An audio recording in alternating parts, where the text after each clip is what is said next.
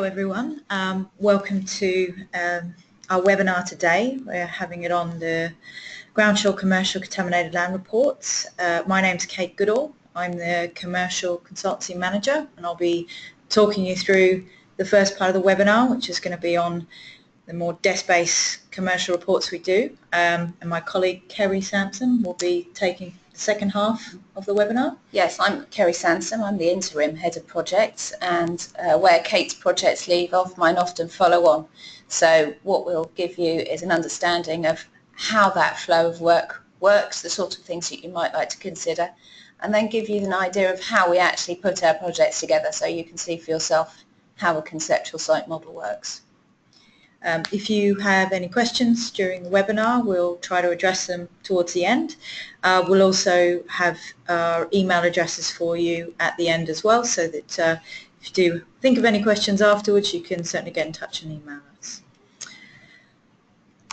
So just to start off, talk you through the agenda of what we're going to be talking about. Why is contaminated land an issue?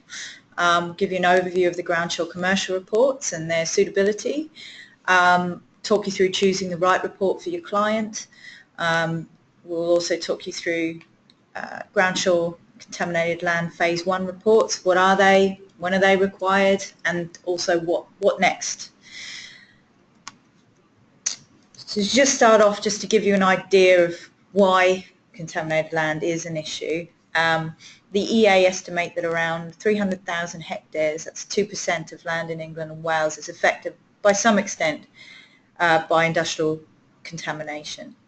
So this equates to over 300,000 sites. Research undertaken here in-house at Groundsure suggests that it might be more than that. In fact, it might be double than that, affected by potential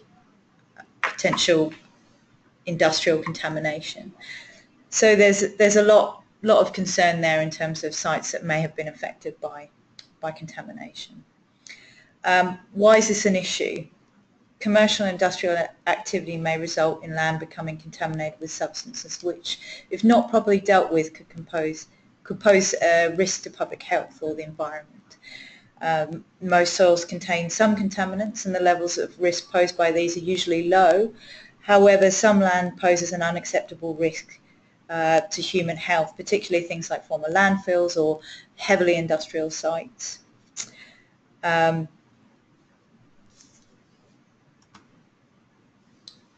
So how is contaminated land addressed? What is the issue? So what if land's contaminated? Well, there are two main avenues under law that look at contaminated land. We've got Part 2A, the Environmental Protection Act. Currently only 0.007% of England and Wales land mass has been designated as contaminated land under Part 2A. Of the sites remediated between 2010 and 2013, 7% of that were remediated under this legislation.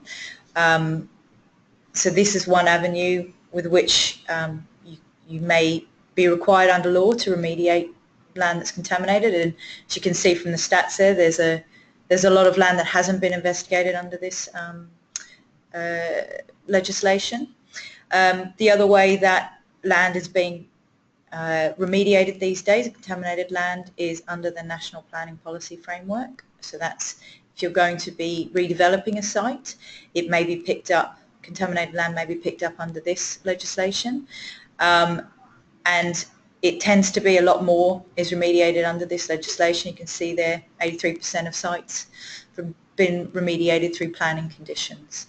So those are the main two avenues that you would find that you may need to be required under law to remediate contaminated land. So the estimated number of remaining sites requiring remediation at the moment is just under 300,000. So there's quite a lot that still needs to be addressed. Just to give you a quick snapshot of how contaminated land is looked into and addressed, got this diagram here. The first step in looking to see whether there may be something that might need to be looked into further is screening or review desktop study, and that's what my team does. We'll look at the information we have to hand in the office and see if there's any red flags there that may indicate that further investigation may be required. The second stage there is a phase 1 risk assessment, which is what Kerry's team does. And that's a more in-depth look, and she'll cover that off in her part of the presentation, so I won't go into that in too much detail. And then going forward, again, Kerry's team kind of looks into further investigation if it's required, and she will cover that off for you as well. So from the point of view of the very first step, the Groundsure commercial reports, just to give you an indication of kind of where they're appropriate and applicable. They're appropriate for commercial property transactions, multi-property portfolios, large estates and land holdings, to give you that initial first look at whether there may be something you might need to look into further in terms of contaminated land. They're a really cost-efficient initial screen of environmental risk. They're written and peer-reviewed by qualified environmental consultants. They'll give an indication of financial risk associated with environmental liability under several different legislations, two of which we've kind of covered off, Part 2A of the Environmental Protection Act and National Planning Policy Framework. They're the two main ones. Part 2A of the Environmental Protection Act covers off historic land use of concern. National Planning Policy Framework covers off any site that's going to be redeveloped or change use. You also have the environmental damage regulations, and that kind of covers off current land use that might be concerning. And then you also have to consider civil liability. So those are the things that we consider, give an opinion on. So which report should be ordered when? The main two reports we have are a screening report and a review report. A screening report is more suited to a single commercial property transaction of lower value or a multi-site property portfolio. These are for transactions that require quick turnaround time, so screenings are complete within 24 hours. They're competitively priced, but also of very high quality, so they give you a good snapshot of what's happening with the site and what you might want to consider. The next type of report we produce is called a review report. This is more suited for commercial property transactions of a higher value, or when more information is required, let's say to start to inform development plans. Just to make it really clear, these reports are not suitable for supporting planning applications. You'd need a phase 1 for this, but they could give you a bit of an idea about what's previously been on site, where things were previously on site, so you can start to inform how you might develop the site and things you might want to consider if you're planning on developing the site. These are transactions that require more information, and so there's a slightly longer turnaround time on these ones. They'll be complete within 48 hours. I just wanted to cover off a really important part of the process for us for risk assessing these reports, and explain why we do this. Some of you may already order our reports, and you'll know that we ask a few questions at the ordering point, and I wanted to explain why we ask the questions we ask. So we ask about current land use. We can get a very good idea of this using current mapping, data on recent land uses and Google Street View. However, businesses change hands frequently, so we like to double check with the current land use to make sure we have the most up-to-date information on the site, and that helps us to inform our risk assessment. We also ask about intended land use. Obviously we have no way of knowing what the client intends to use the site for, and this information can help us to make sure we're giving the right advice. For example, if sites are changed use to a more sensitive land use, this could bring into effect certain planning laws, and we need to make the client aware of this. We also ask, is the site to be redeveloped? Again, this is another really important question. If the site's to be developed, it changes the advice we give, and we would need to make the client aware of planning legislation in this instance. We also ask about if there's any significant bulk bulk fuel storage on site. This is because there's no complete data set of bulk fuel storage tanks across the UK. So we asked this question to clarify if there's anything of that nature on site, so again that we can give appropriate advice about managing this feature.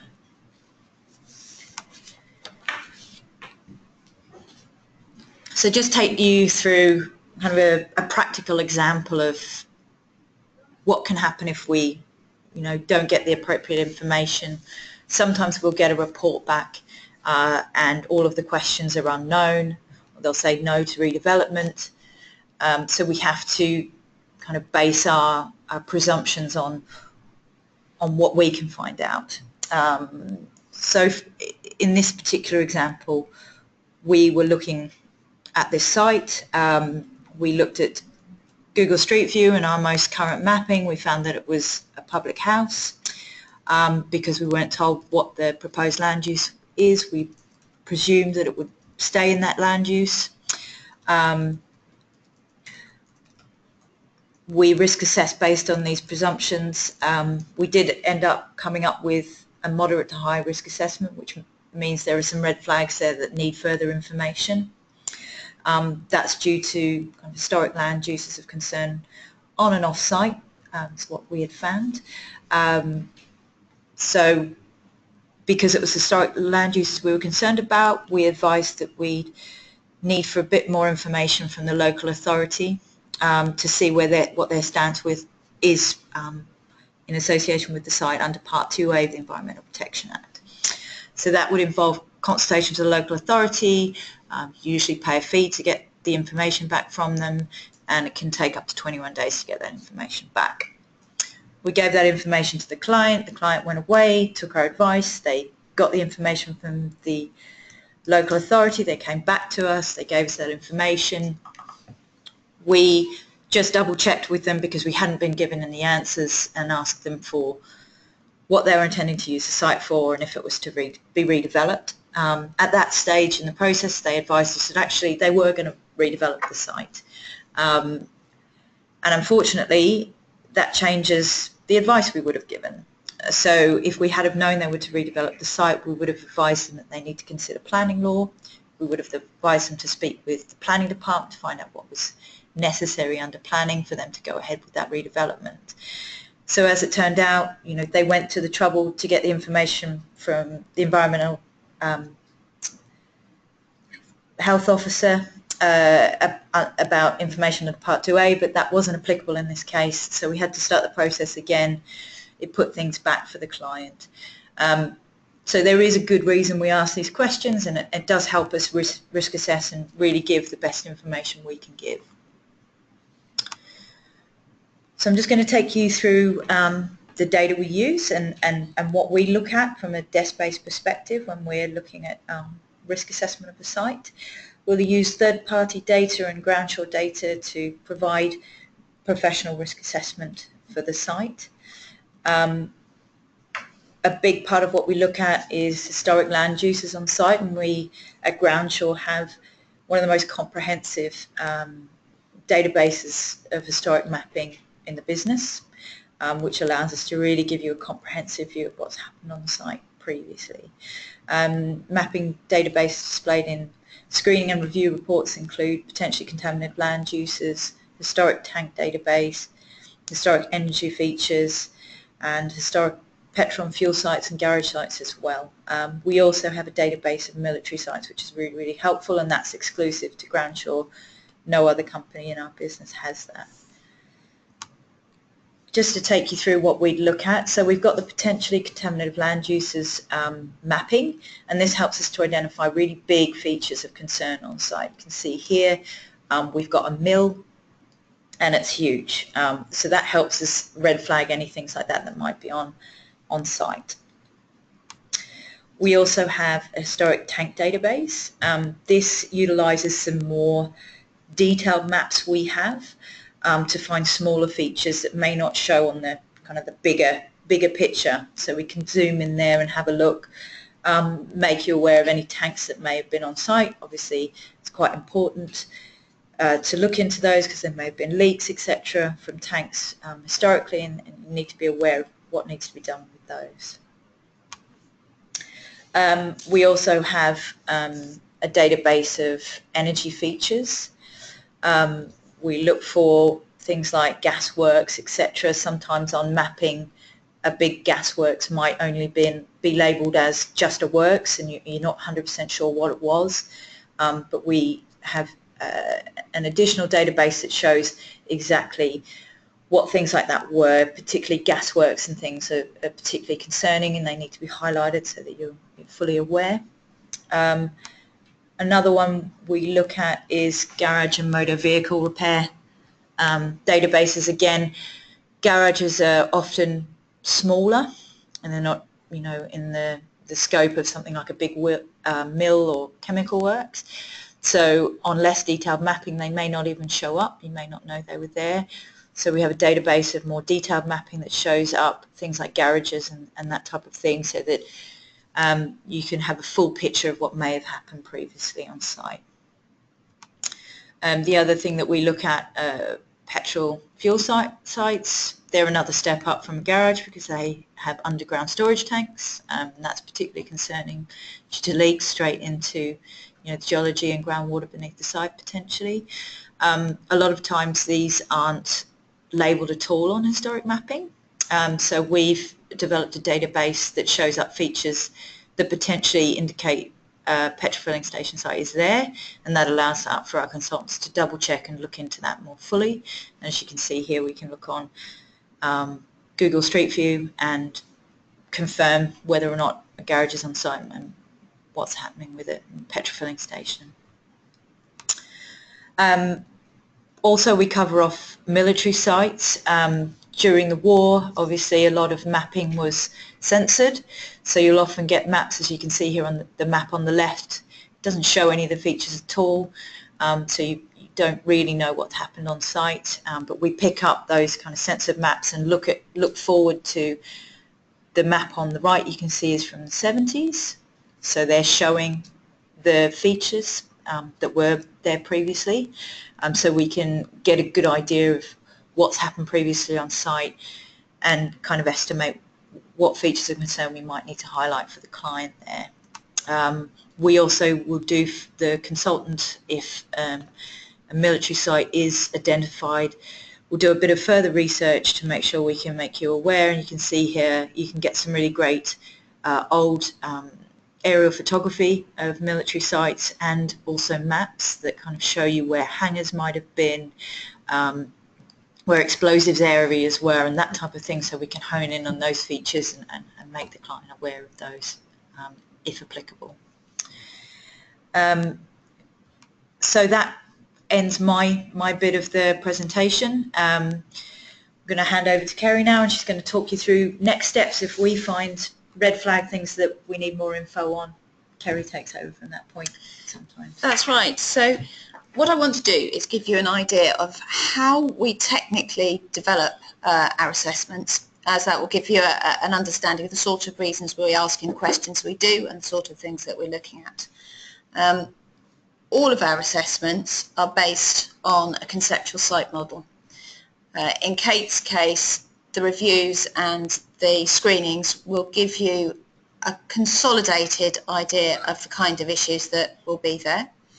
As they come to us, we're looking to remove some of the uncertainty and clarify the situation, and through that we split out the model so it's more obvious how our conclusions are reached. And what we're looking for is we're looking for contaminants. So in this particular schematic you can see that there's a factory in the background which might have fuels or other chemicals stored which might have leaked or dripped in the area and got into the environment. There's also issues in the foreground. You can see that there are some dumped toxic wastes which might also have become a source.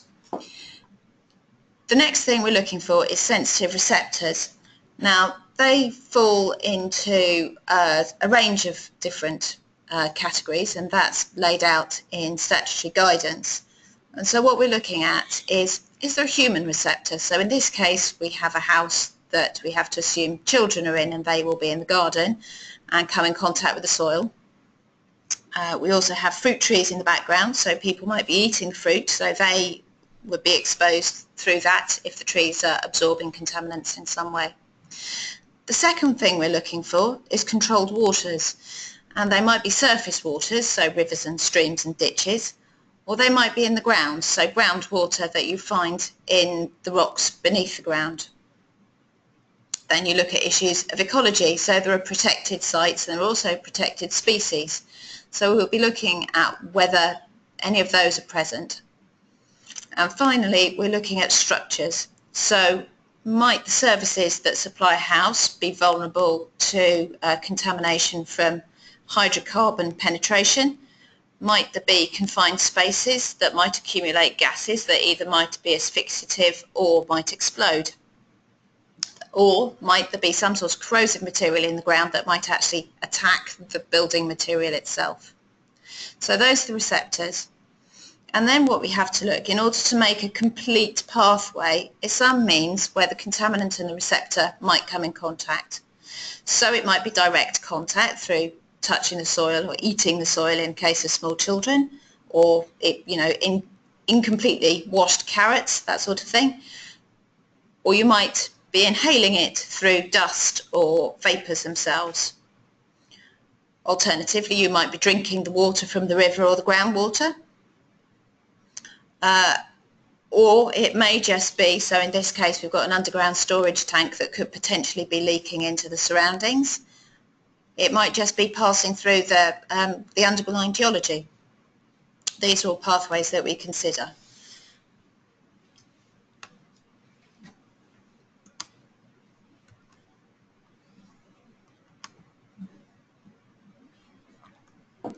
And the way we do this is we do a risk assessment, and we look to see whether there is what the likelihood of contamination happening is, and how bad would it be if that were to occur. Again, this is laid out in statutory guidance, and the conclusions that we come to are rated accordingly, as you can see, from low, which is obviously a low risk, to high, which is where there's a real possibility that there might be some damage being done to the environment. So in a phase 1 or a desk study, you would see each of the potential pathways identified, risk assessed, and come up with a risk ranking at the end of it. Now this is a slide that we saw earlier, and it takes us through the process of contaminated land assessment. So the blue at the front end are qualitative, and they're relatively cheap, and if at that point you can identify that there isn't a significant risk, then you've dealt with it cost effectively. The idea of a risk assessment is that you look for what you might reasonably expect to find, and that you address it at the earliest possible stage.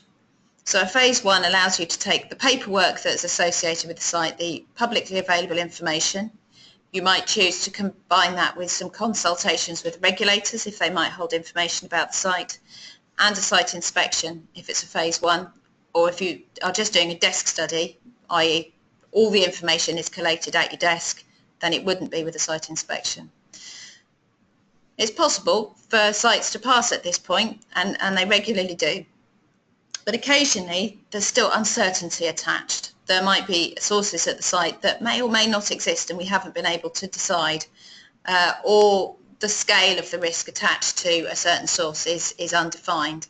And at that point you'll go to a phase 2 where you actually go and look at the site and try and get much more certainty about what exists, in what concentrations, whether the pathways might be there, and whether that allows some connection with the sensitive receptors.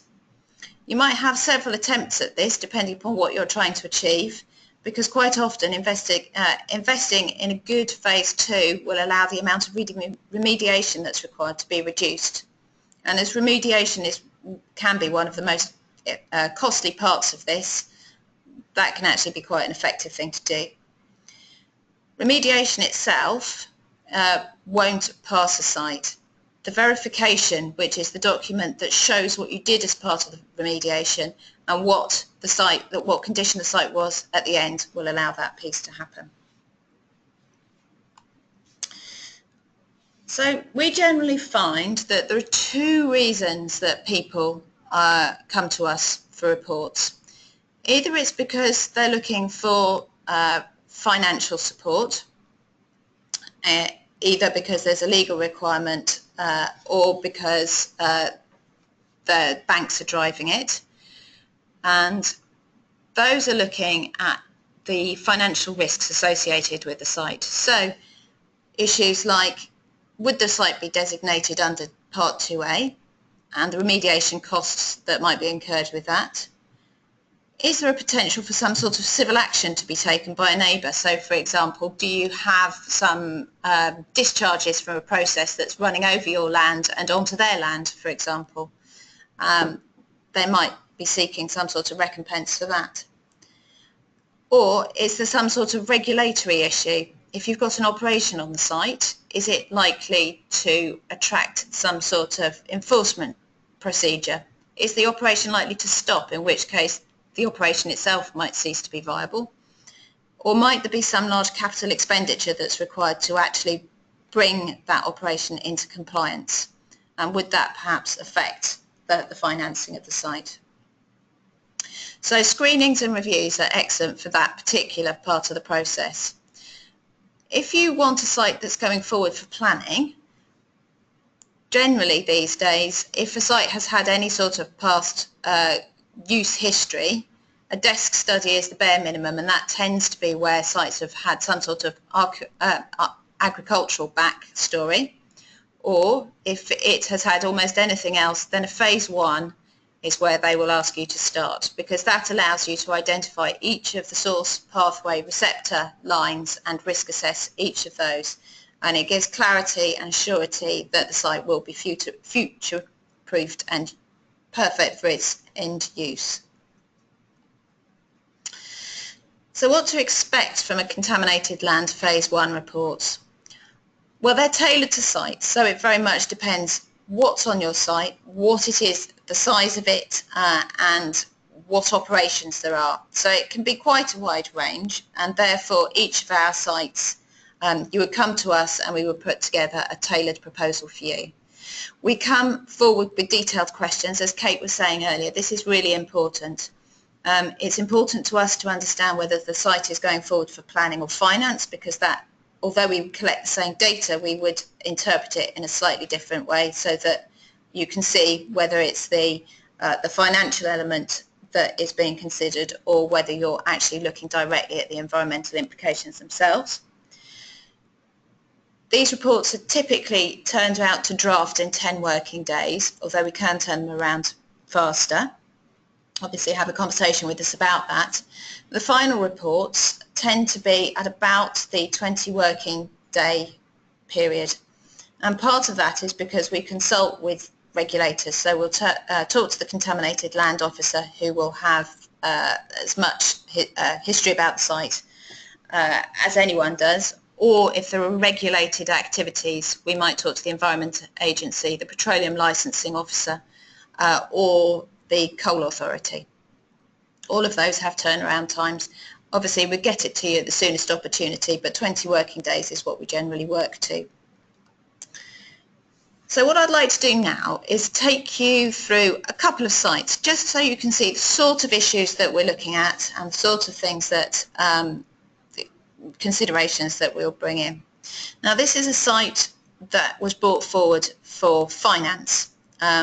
The current financier was concerned that this was a site that was having problems. There were ongoing conversations with the Environment Agency about the way in which the property was managed, and there were a lot of points, and they wanted to make sure that the site was still suitable for finance. So we went to the site, and the sort of issues that we would look at are what is in the permit, and are they performing in conjunction with the permit? What has the Environment Agency got to say in terms of how they're performing? Are there recurring issues, that sort of thing? Often with waste transfer sites, even issues like the inability to do their quarterly waste returns is often an indication that the site isn't as well run as it might be, because it's a fairly simple activity to do, and therefore if they're not able to do it, further assessments often very valuable.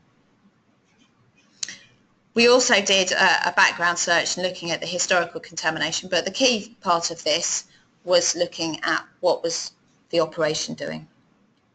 So when we came to site, we discovered that this was what we found. Now, standard sites, the standard permits have controls on how and where you store the waste. Key issues are waste segregation. As you can see from the top left, there wasn't much segregation going on here. They have limits to how much they can and of what type of waste they can store on the site, and also the height at which things can be stored. Now, as you can see, none of those were really happening at this particular site. There was a lot of waste stored, and from a financer's point of view, if the operation were to go bust, they would be left with all this waste that would then need to be appropriately disposed of. So at this site there were a number of issues.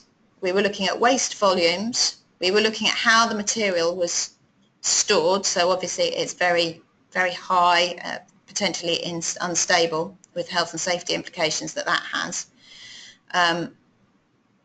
There was a lack of emergency preparedness, so what would the site do if there was a fire or a flood? Less issue, we would look at emissions, although that was less of a problem here, and looking at the complaints and non-compliance, both on what was there and how were they dealt with. As it happens, they weren't dealt with particularly effectively.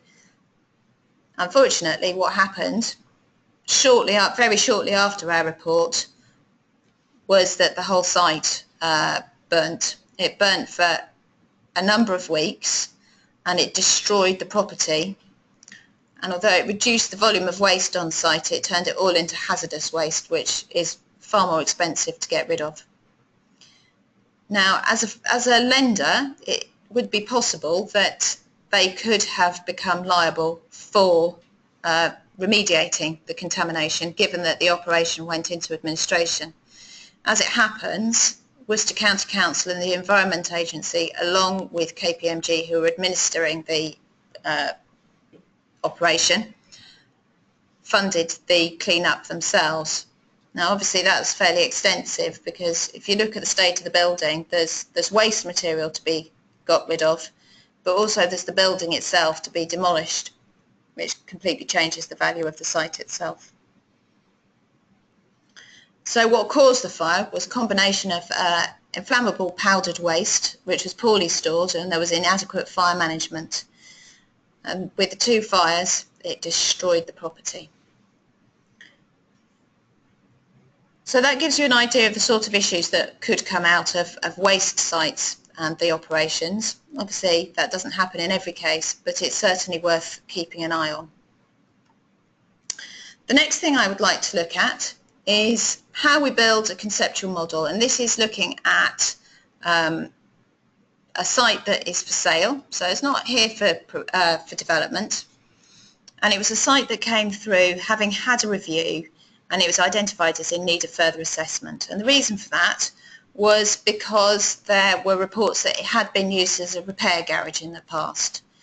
Now, repair garages generally do have some contamination associated with them, so depending upon its environmental context, depends whether it's a risk or not. This site was to continue in the use as a repair garage, and therefore planning wasn't a consideration. It was the financial issues that were what we were thinking about here.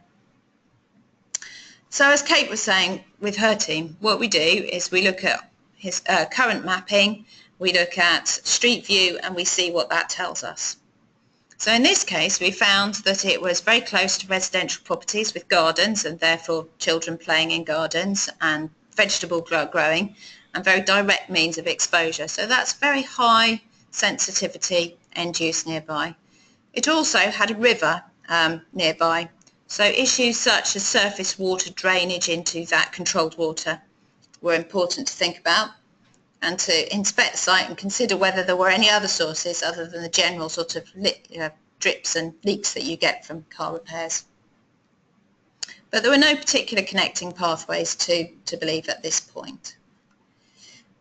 So the next thing we do is we look for geology, and we look at sections of geology, and we look at borehole records in the area, and then we see how that makes the subsurface look. So in this case, there's a thin layer of clay at the top, and clay is fantastic for containing contamination generally, so localised spots tend to stay localised.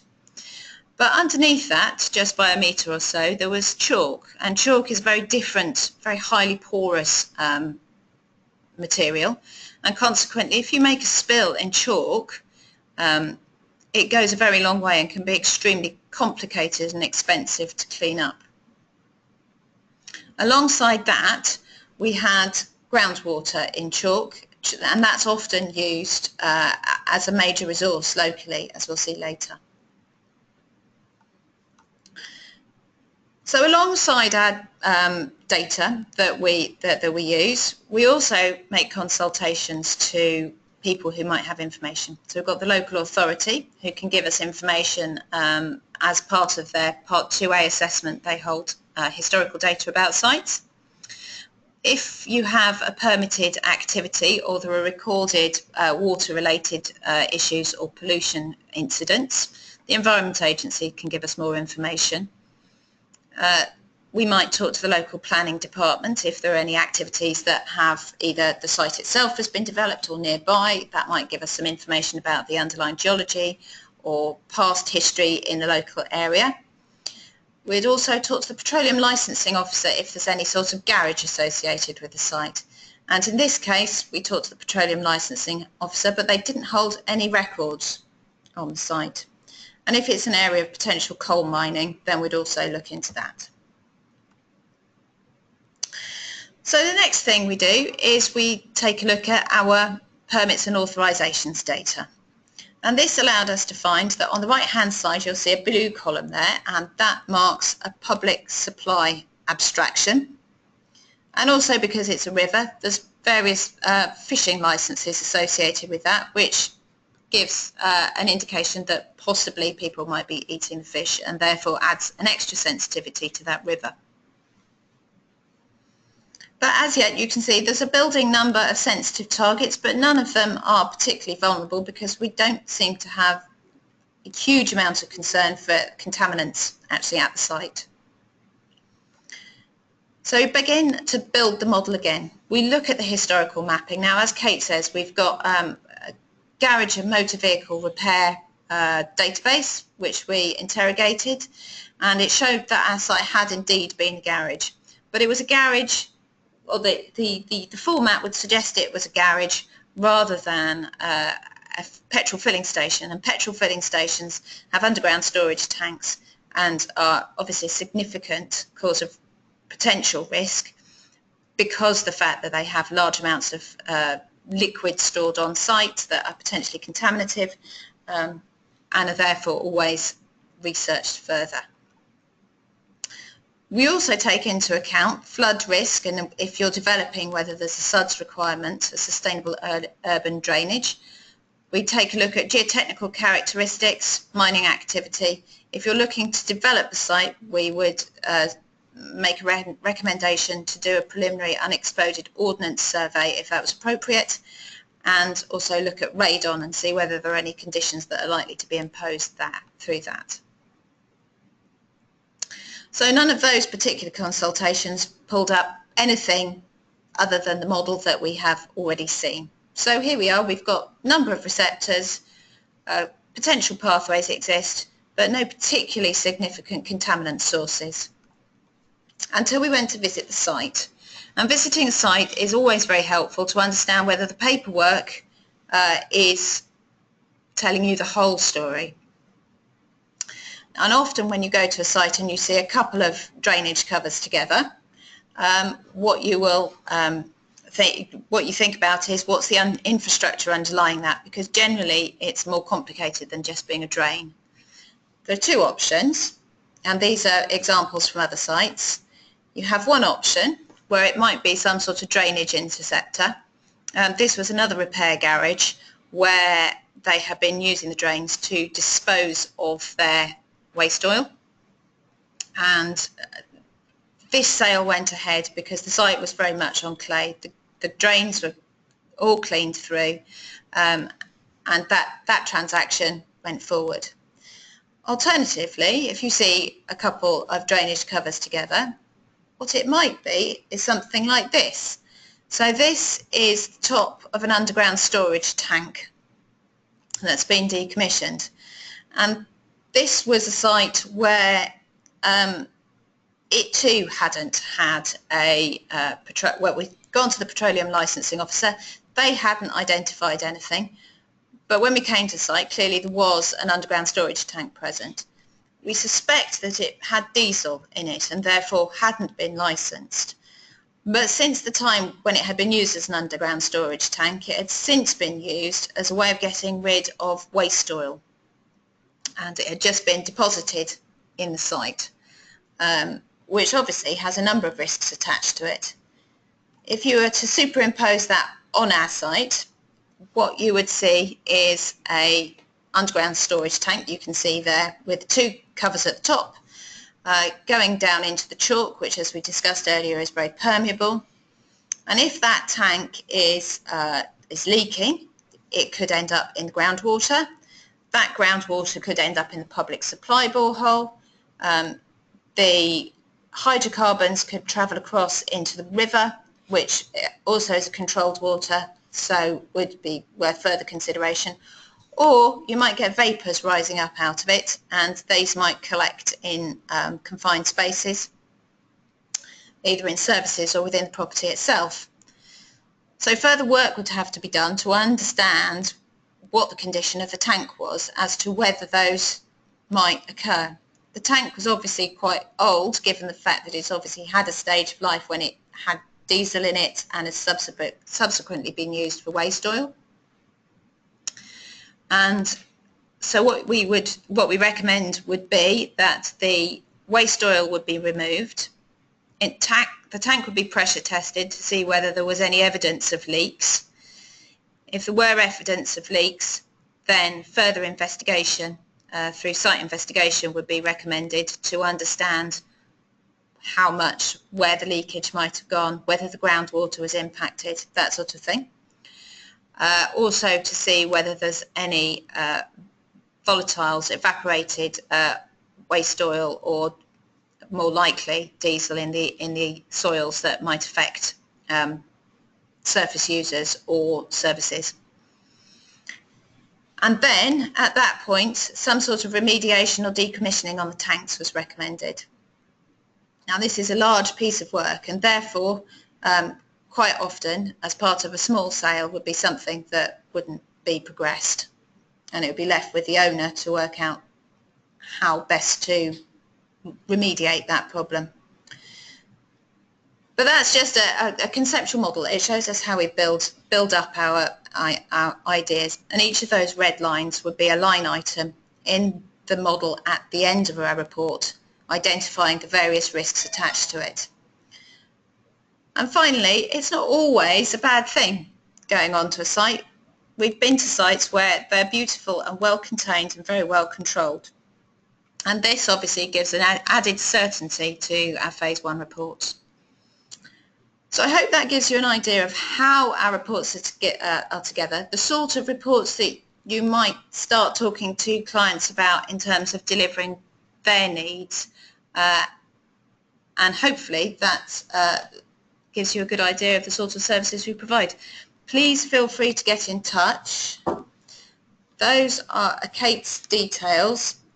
We will also be sending out copies of the actual slides to you, and also this is our CPD code. Have we got any questions?